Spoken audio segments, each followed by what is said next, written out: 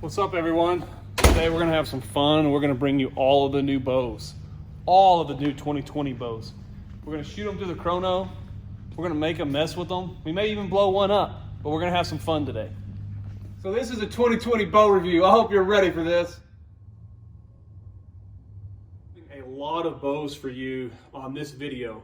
This video is gonna be more for fun, where we run the VXR 28, the VXR 31.5, the RX4 from Hoyt, the Axius from Hoyt, the Kure from Elite, the Divergent from Bayer, the Revolt from Bowtech, the Prime 1 and the Prime 3 from Prime, obviously. And then the one thing bow we're not going to review today is the Revolt X. We've got a review on YouTube, so if you want to see the details of that bow, go check it out there. We don't have any in stock, so talk trash all you want in the comments. We can handle it. Again, this is solely for fun. I'm going to run speed. I'm going to tell you how I compare all the draw cycles. Other than that, just a fun old test. The first bow we're testing today is the VXR 28. Mathews has a 31.5 and the 28 this year in the VXR. The cool thing that they did was they made longer risers. If you want the full details, check out our specific review of the VXRs. Today, we're just going to shoot everything against each other, and I'm going to give you my honest opinion on draw cycles, the back wall, and then we'll do the speed comparison just for the fun of it. Right now I'm just shooting a 569 grain arrow, and just so you can get the noise, this room's pretty dead. We have foam that's acoustic foam. We don't have it on the ceiling, but it should give you a good comparison just noise-wise of this bow. 28 inch draw, 70 pounds. And for all you keyboard warriors that always talk trash about the draw lengths I'm shooting, obviously it's too short for me. We're just bending the front elbow. And we're going to get some good, just see how you get the noise. The draw cycle is super smooth on the 28. Again, if you look at that review of the 28 alone, the VXR 31.5, you'll know that I prefer the draw cycle on the 28 over the 31.5. It's smooth, 70 pounds, and the back wall is firm. You're there. It's got just a little bit of give for the guys like me that enjoy a little bit back there and don't like the limb stops, but here's the first shot. Dead in the hand, typical Mathews, dead in the hand, great draw cycle, and a firm back wall. So now I'm bringing you the 31.5, again, 28 inch draw length. All these bows are high let off, and the 28, 70 pounds.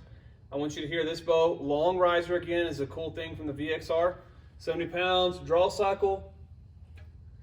The 31.5, even though it's longer and it's rare that a longer bow feels that way, man, it just feels like it's a little bit stiffer to me. Back wall's the same, and obviously everything else, but it feels a little bit more difficult to draw than the 28.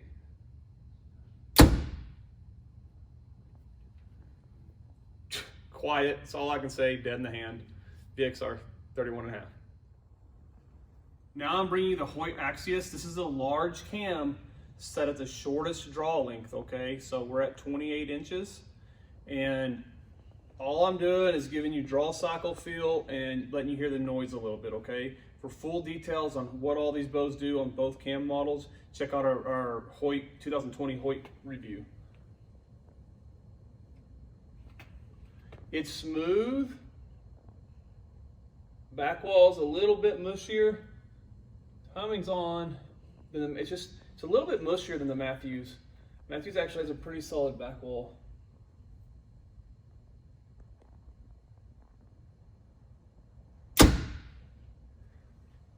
I don't feel much vibration. I hear a little bit more noise. But overall, a great bow. It feels like, as Hoyt's always balanced real well, their cams are always crazy smooth. I'm just not a fan of how soft that back wall is on them. But there are a lot of you guys out there really, really enjoy that. Dead in the hand, great bow overall.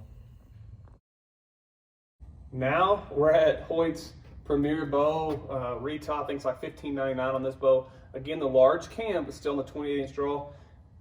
And I'll tell you right now, it's very, very similar to the Axius.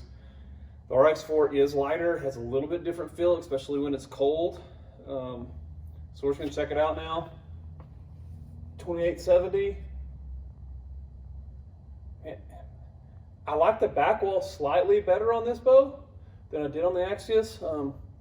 We checked timing on both. This one just feels a little bit firmer, but still mushier than the Mathews, but smoother cam than the 31.5. We'll just shoot it now. 70 pounds, 28 inches. A little bit noisier than the Axius. Just my personal ear. You can tell on the camera what y'all think, but just a little bit noisier. Now I'm bringing you the Revolt X. We've already shot the Mathews and the Hoyt. Let's see, or the Revolt. This is not the Revolt X. Let's correct that. We're just gonna shoot this Revolt. 70 pounds. It's on comfort setting. 28 inches. I'd say it's comparable to all the other bows. Smoothness wise, the bow feels lighter in my hand, even though it is not lighter than all the other bows. It does feel lighter. Bowtech's always done a good job of that. It's one of the smoothest cams I think Bowtech's ever made. And they've got this new cam lock technology. So if you'll go, it's called deadlock, but if you'll go watch a review on it, it makes them a little bit easier to tune. But here you go right now, 28 inches. A little bit more jump in this bow than there were in some of the other ones. But still dead in the hand, quiet. Cam's really smooth. I like it. Feels lighter. Back wall is much firmer than the Hoyt's. By far, much firmer. Now I'm bringing you the Prime bows. This is a black series by Prime.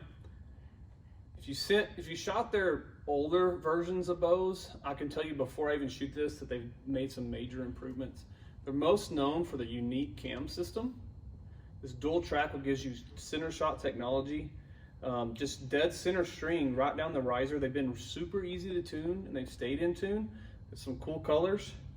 And I'm gonna give you this is the black one. So you're like a 31 inch inch axle to axle. And then the other bow we're gonna shoot's the black 3, which is a 33 inch axle to axle. So here comes the number 1, and just listening to noise. And so now I'm gonna give you just my impressions of the draw cycle and how it feels in the shot after we release the arrow. Again, this is a super heavy arrow. I'm drawing it back now.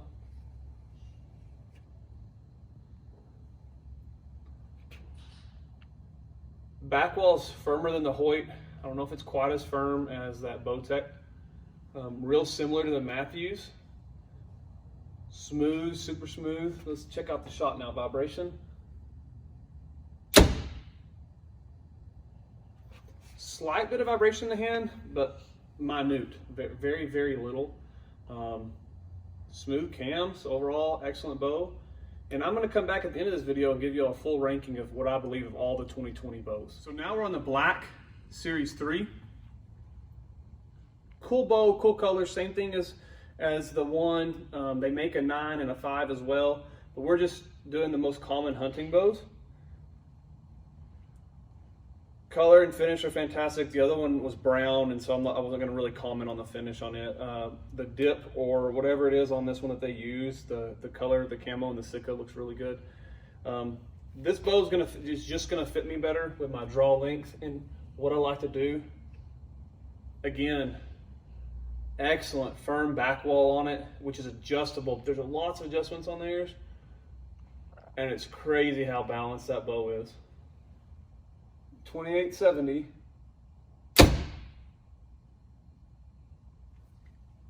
Dead in the hand, you can see how balanced it is. This one leans slightly back after the shot as opposed to the lean forward, so it kicks out in the bottom. A little bit of a stabilizer will solve that for us, but dead in the hand, great bow. Probably second favorite cam system of all these that we've shot so far. Now I'm bringing you the Bear Divergent Echo series. This is not a high-end bow and honestly shouldn't be in the comparison, trying to compare it to all these really high-end bows. But I'm just gonna shoot it again, 28 inches, 70 pounds, and heavy arrow. Great budget-minded bow, I'll tell you overall. So here comes my comparison on it. We're just gonna see draw cycle. Man, that thing, it doesn't compare. It's not near as smooth as any of the other bows. I mean, it's obvious how much more difficult that was for me. 28 inches. Lots of vibration in that bow. And when I mean a lot, I seriously mean a lot of vibration in that bow. But the only reason it's comparable is because I'm shooting bows with 0 vibration. That also costs you more money. If you're looking at a budget-minded bow, this cam system was smooth, but still, it was obviously, it was the more difficult to draw back than the other bows. But a great cam, I would say, if you're looking for the smoothest bow out there, it may not be your best option. But if you like that speed, the little bit faster cam, this will be good. The back wall is crazy firm. The back wall is great. After the shot, you're going to want to run a stabilizer and see how that helps you. It will take a lot of vibration out. There is a little bit of a jump, but again, you're paying half the price for this as you are as a high-end bow, so consider that. So now I'm on the Elite Kure, 28 inches, 70 pounds. I've got a full review on this bow on YouTube. Just look down on the videos below or subscribe to us and they'll pop up. This bow met its speed of the expectations we had for it. It's really cool now because you have the draw stop or the cable stop, which the limb stop or the cable stop. This one's on cable, which a lot of our customers have been fans of. Fit and finish is great. Maybe because my arm's tired, but it feels heavy. But in the end, it's about the same weight as all the other bows. So let's draw it back.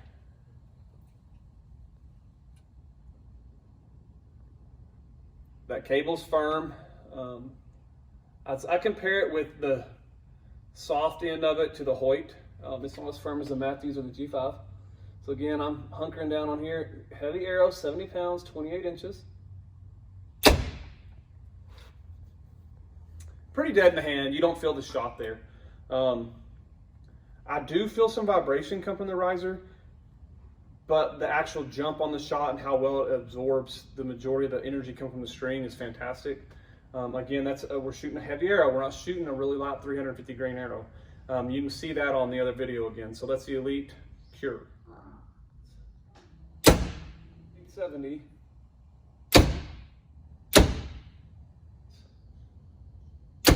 Pounds, 28 inches. Oops, but here's the first shot.